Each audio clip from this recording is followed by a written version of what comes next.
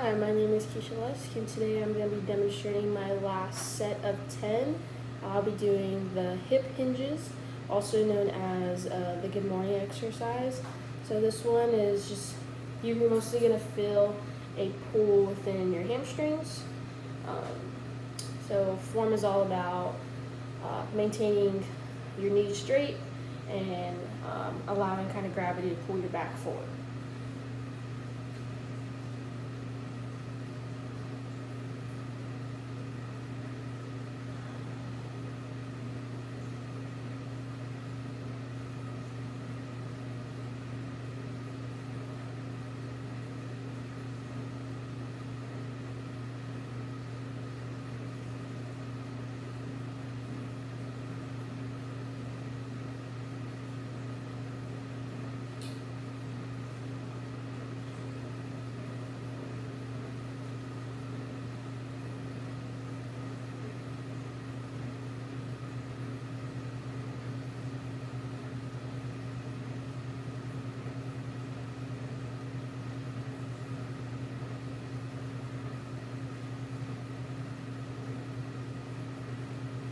And that was my demonstration of my last set of 10 of hip hinges.